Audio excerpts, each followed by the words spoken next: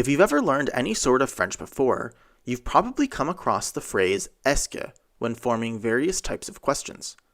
If you haven't studied French before, essentially, whenever you make a question in French, you need some way to communicate that you're asking a question.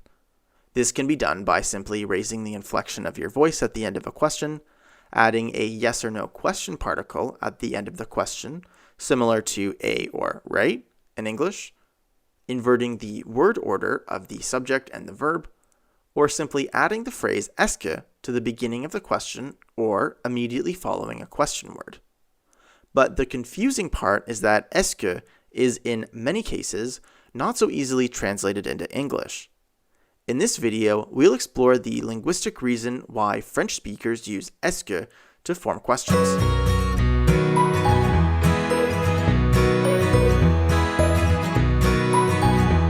If you were to break down est-ce que into three separate words, it translates literally as, is this that?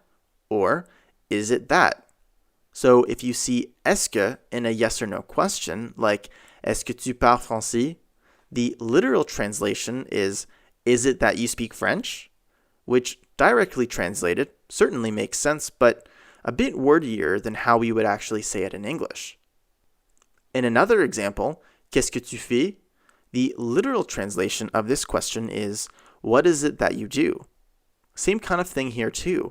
It makes sense literally translated, but it's wordier. So the question becomes, why do French speakers even bother using est-ce que at all in a question, if it seemingly adds additional words, which don't really add any additional information to a question? To answer this, we'll need to look at the syntax or sentence structure of French sentences and questions, and also to go back in time to the days when people spoke Old French. In Old French, it was common to invert word order to identify a yes or no question. As Old French became Middle French, speakers started to prefer to use what are called cleft structures to ask yes or no questions. Cleft structures, also referred to as cleft sentences, are a way of constructing normally simple sentences in a more complex way in order to highlight a particular component in the sentence. For example, he's writing a book is a simple sentence. It can be written as, it's a book that he's writing. Another example is, we wanted to eat spaghetti, which can be rewritten as, what we wanted to eat was spaghetti. These are both examples of cleft sentences because the word order is moved around to highlight a certain component. If you're enjoying this video so far, I'd really appreciate it if you could support my channel by liking this video. I'd also love it if you subscribe to my channel to stay up to date on new videos and to be part of our language-loving community.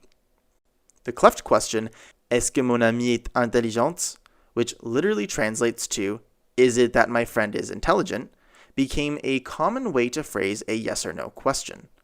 As French continued to change over time, the cleft structure est-ce que, which originally meant is it that, began to be recognized primarily as a question particle.